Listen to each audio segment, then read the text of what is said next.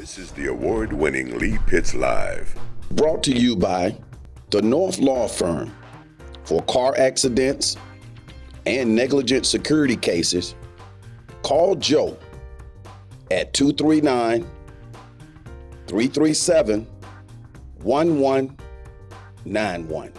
And by Lee Health. Southwest Florida, welcome back to Lee Pitts Live. Of course, I'm wearing my Sunday's best because I'm at the North Law Firm in the corner office, looking out over the palm trees on Colonial here in Fort Myers in the Fifth Third Bank building. And of course, we have the great hospitality of Joe North and his family and all the other attorneys and paralegals and all these kind of fancy names that are around here. It's a great place to be. Today we get a chance to talk to my old friend, Larry Wilcoxson. Larry, welcome to the show, man. Let me bump you in, man. Yeah. Good to get you here. The old mayor of Immokalee. I just try to be, man. I try to be. Hey, Larry, how would you describe Immokalee? Immokalee is an open sore that needs some care. Mm-hmm. That's the best way to describe Immokalee. But you've made it your business to kind of promote Immokalee, to stay in Immokalee, to advise people in Immokalee, to fight for things to come to Immokalee. Were you born and raised there? Born and raised. Give us a little background. Well, I was born 1978, single mother. She raised 4 kids on her own. You know, I grew up cornbread fed, throwing watermelons, picking tomatoes. You know, all that good stuff in agriculture. But that's pretty much the general individual. Everyone in Immokalee grew up that way. And all we know was hard work and just put your best foot forward. But the thing about Immokalee is not everyone during the time that I was growing up had that other push on education. See, my mom also pushed education, even though she didn't have too much growing up in the Jim Crow South, in South Georgia. So then from there, once I finished school in 96, you know, took my talents on up to Tallahassee. From there, I was blessed, and once I received my undergraduate in criminology and psychology, I went on up to Indianapolis, and I had worked for Mr. Edwin James and the Colts organization while he was there during his tenure. Really? And I received my master's degree in divinity. Of course, I love the Lord. You know, I'm nothing without God. I promise you. That's why they like, why you don't fret? I said, once I pray about it, it's whatever with me because it's in the plans. It's in the books. Is it fair to say to me, now can you say to me that, hey, Lee, it's not going to be so long before I come back on your show again? Lee, it won't be so long. All right, man, because you always make me feel good, man, just being around you and listening to you over the years. The youths, I know you're big on the youths. When you were growing up in Immokalee and what you're seeing now, is there a big difference in the youths and the opportunities that they have and the values that they have and the work ethic that they have? It's a huge difference. First of all, you can't put the kids can't really work the packing houses and the fields the way we had to work them. You know, they have all these child laboring laws now that's in place and they investigating it. Good thing or bad thing? It's a bad thing. I think so, too, because, you know, I had my first job when I was 5 years old. That's another story. At 5? Yeah. Well, I beat you out. I had mine at 3. Oh, okay. You know, and I was considered a slacker around the house because my brother, he had his first job at 4. And they were looking at me as I'm lazy. I'm after him. And I didn't get my first job until 5. Folk, you guys will have to wait until I be interviewed on my own show coming up in June. I'm going to be interviewed on my own show, and I tell the story. Okay, yeah, man. And I have a 20-year-old. He's lazy. He has all the potential in the world. You know, went to school, he ended up, unfortunately, he didn't have that drive that I had. Good kid, very respectable. Of course, you got to be respectable because I'm going to knock the teeth out your mouth. I don't think you can teach drive, though. You have to have it. You got to have it. And that You're comes absolutely from right. Early on, right. And that's where I failed as a parent. Giving I them failed. everything. Yeah, I truly failed. And it was trial and error. You know, I had my son, I was a freshman in college. So, and I didn't have my father growing up. But I know how my mom raised me. She raised me tough, you know. And it paid off for all 3 of my other siblings. But, you know, like I said, it was trial and error, and, you know, I just push on. We're going to get to some things because I want people to know you are conservative, as we said early on. But before we get to that, you mentioned Edwin James early on. Yeah. I have hit him up a couple of times. He's looking at you right now. I believe you can get Edwin James on Lee Pitts Live. Can I get? I don't know, man. Edwin is his own man. Really? As he say, he's retired. And I move on Edwin James time. Okay. So, but one thing I can say, if you doing anything for kids, he might not come on the show. But if you're doing something for kids, 9 times out of 10, he will be there. Okay, I'll come to you, Edrin James. And just know, Edrin, if you're looking at this, me and you met at the Forge in Miami at the nightclub, and we kicked it for a brief second. But I know everybody talks to you, you won't remember me. But I'll remind you of it when we meet. Anyway, so much for Edrin James. Now, I guess Edrin has trained you not to be trying to manage his schedule. I mean, that's just what it is. Let's go straight to it. You're a conservative. Are you a Republican? Yeah, I'm a Republican on paper. Did you vote for Donald Trump? Did I vote for Donald Trump? You vote for the Republican ticket, right? I vote for the. There you go. You answered it and I didn't. All right. Well, you repeated the question like you didn't even hear me. I said, did you vote for Donald Trump? Did you repeat the question after the question, man? Well, Donald Trump, my man. All right. I stick to the conservative principle. I was definitely anti-Hillary. Mm-hmm. But let me clear something up. Go ahead. I was a diehard cruiser. I love Ted Cruz. I supported Ted Cruz throughout. Mm-hmm. So that was the guy who I wanted. I liked the Ben Carson. He really was the American dream. He just fell off for me. I didn't know what was going on. But Ted Cruz, he's principled. And I love that he loved the Constitution. Is it an unusual question because you are black for somebody to say, how did you ever become a conservative? They wouldn't do that to a Democrat. Yeah, and how do you ever become a Republican? And that's funny. They like, how could you be a conservative? But see, and I have to give them this lesson. Blacks was conservative before they was anything. Our whole lifestyle is conservative.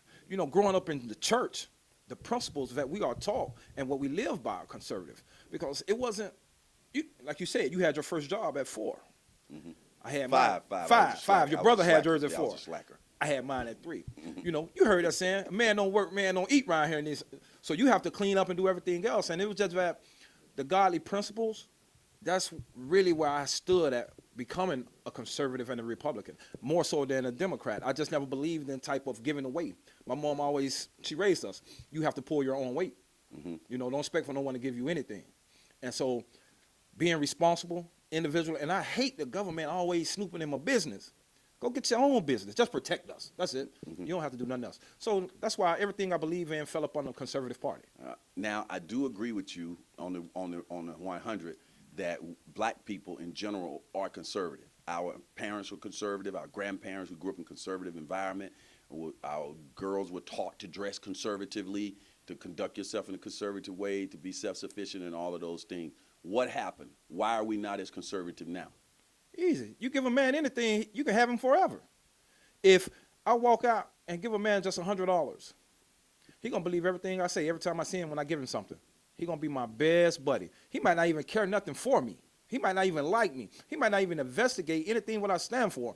But if I'm constantly giving him something, he gonna be like, that's my guy. That's my guy. Why is the Republican Party having such a difficult time attracting people with our skin color? They don't know. It's the mouthpiece. The things, they don't know how to address certain things. They being you, being we. Say we don't. Go ahead. No, I say they because they the one in charge. I know how to address my people. Okay. I know. It's like, for example, I understood where Mitt Romney was going with the 47% when he ran for office. But it's the delivery. Everything is about delivery. If you don't have a good delivery, you just make everybody against you. And that's the thing. We don't have individuals that can relate to people of color, people of minority and differences. Even when I was at the Florida Federated Young Republican annual, probably about 4 or 5 years ago, we had Sharon Day. She's there. She made the statement of, you have to go around people that you are uncomfortable with. Like, what are you saying, lady? I'm in the room, all Caucasians. Mm-hmm. So what are you saying? So everybody looked at me like, are you going to say something, Larry? But I had a good friend from Daytona. He made his statement like, lady, we are comfortable with everybody. It's you older heads that got it all twisted. Okay, we're going to go to a break. When we come back, I'm going to find out if you think Donald Trump has any racist tendencies, and why should more blacks be a part of the Republican Party? All that's on Leap This Live. We'll be right back. Okay, we're back. Southwest Florida. Continue with Larry Wilcoxson, the Republican conservative True. from Immokalee, and you're darn proud of it, right? Yeah. How long have you been a conservative though? Were you like born into a conservative household, or you just kind of got into politics and started looking at things? Like you said, like I stated before, blacks' lifestyle are conservative. So growing up with my mother, I went to church. You know, it's 7 days in a week. I went to church probably 9 days in a week. So I had to go with her to Bible study, choir rehearsal, sisterhoods, and everything else. So, you know, it was just her lifestyle was always conservative. And we're so similar because I grew up in a holiness family, and it was real conservative. We went to church all the time at night, all revivals every week, man. But that was a good upbringing. Yeah. Now Donald Trump has done numerous things over the 1 year he's been in office to make particularly African Americans and other minorities feel that he is a racist, has racist tendencies. Your thoughts? I wouldn't say too much to make African Americans, aka blacks, aka Negroes, feel he's a racist more so than the Hispanics and Latino communities, because to me he's the typical old school New Yorker. Old school New Yorkers, you up there, they describe people as they derogatory names. That's how they describe in them neighborhoods and so forth. And so that's Donald Trump all the way. He's that typical old New Yorker. And I haven't seen where he really said anything bad. Let me get some specific. Let's go the one that kind of tilted everything when he said about the NFL players, about you know get rid of all of those sons of bees. And we know that when we think about athletes, particularly NFL, a lot of them are African American blacks, and he called them sons of bees, and bee being as a female, the mom. Man, he was saying they soft. I mean, that's the way I take it. Get rid of all them son of. That's the way I'm taking it. Go ahead. You ask me, I'm delivering the message. You know, he's calling the football players soft. That's what he. Because if he wanted to call them other names, he could call them other derogatory names. Who gonna do anything to him? It's proven that nobody can't do nothing to the guy. And I see where he has. I put it like this: race baiters. Al Sharpton, Reverend Justice Jackson. Have either one of those said anything about Donald Trump being a racist? Yes. Al Sharpton talks about it all the time on Politics Nation on Sunday morning on MSNBC. He said he was racist towards blacks and African Americans. Yeah. So how was they best friends back in the 80s and so forth? They're not friends anymore. It's all, Yeah, because now he's the president. That's right. Man, that's all BS. We all know that. But it's all politics. Now, what do you say to black people who are saying right now you done sold out? You sold out. You're supporting Trump. Man, I wouldn't care. By me having an R beside my name, being a Republican, it's already I'm going to sell out. But I stand 10 toes down because, hey, one thing I haven't done, I never forgot where I come from. Never. You can say what you want. What is Donald Trump's biggest accomplishment particularly to help the minority community? I think one of the biggest things was, and I think is today, I mean, even with that tax reform, some things I looked at, even, stated according to the polls, people being able to hire more people, they said, it said that it's more blacks able to get more jobs now. Now, some people, when I said that, they said it's a lie. Well, I say on every other president that has been keeping stats since 1972, since he's been in office, it has went up. So, but Barack Obama, President Obama, was the one that started that whole process. You do admit to that. He started the economy to turn around. I can't say I agree and I can't say I disagree because there's some things that I did like about President Obama. Okay. What did you not like about Obama? Man, he wasn't taking care of the home front. You got to take care of the home front. And that's one thing I can't say about Trump. He is pro-America. He's pro-military. And he's pro-money. That's all. What's going on with you conservatives and Republicans in particular about, kowtowing to the NRA, all these automatic, what are you going to do about all these mass shootings and these automatic rifles or automatic guns out here on the streets, man? You can't do nothing about it. First of all, it's our constitutional right. Second of all, Cain killed Abel. Killed him with a rock. It's the hearts of man that kill people. It's not the ammunition and guns. I had an AR-15. I had it for 7 years, and it never killed anyone. It never harmed anyone. It don't go off by itself. Okay, what's the solution? We better bring God back.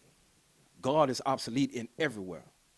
These kids are out of control. People are not raising their children, raising your children to be respectable, disciplined. You get on them when they're wrong. You acknowledge them when they're right. That's the only thing I can see. All right, let's go to God back. Okay, so prayer in the church, right? Need Prayer in the something. school. Prayer in the school. We need it. Okay, so we say a prayer in the school, and that's going to fix everything. No, I think we also need to give parents more rights. Why aren't we praying at home? Parents can pray at home.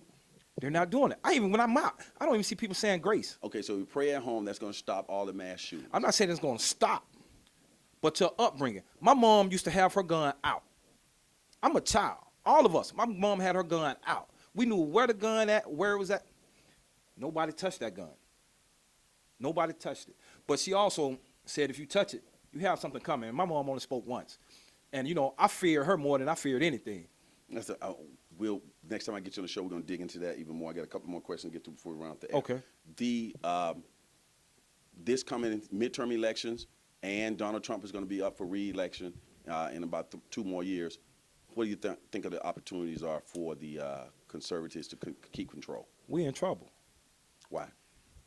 The main reason is because really of Donald Trump. So many people going against Donald Trump, and we got a lot of in-house fighting. I mean, even, I'm out of Collier County, Naples. It was hell over there. I mean, just because with the Ted Cruzers and the Trump guys, I'm a cruiser. It was like everybody took it personal. And turmoil in the White House, man. Every time you look up, somebody getting fired over at the White House. Donald Trump going to get you right now coming on this show, not promoting him, not celebrating the publicity president. Man, we don't live in a dictatorship, I can't lie, it's like Chuck my way or the highway. You got a little check. Chuck gonna cut that off. I guess he got to cut it off. I'm standing 10 toes down. Because he's getting a lot of money from the NRA. Oh, believe They it. put it on TV. They support him. A lot of people are, even Marco Rubio. So it's like, they're going to stand hold to that checkbook. Hey, man, you bring some excitement to the show. Thanks for coming out and joining us, bro. It's been a pleasure. We'll get Larry Wilcoxson back. We can't go. We got to go to a break. No, this is actually, join us next week right here on the award-winning Lee Pitts Live. Lee Pitts Live is a Lee Pitts Enterprise production.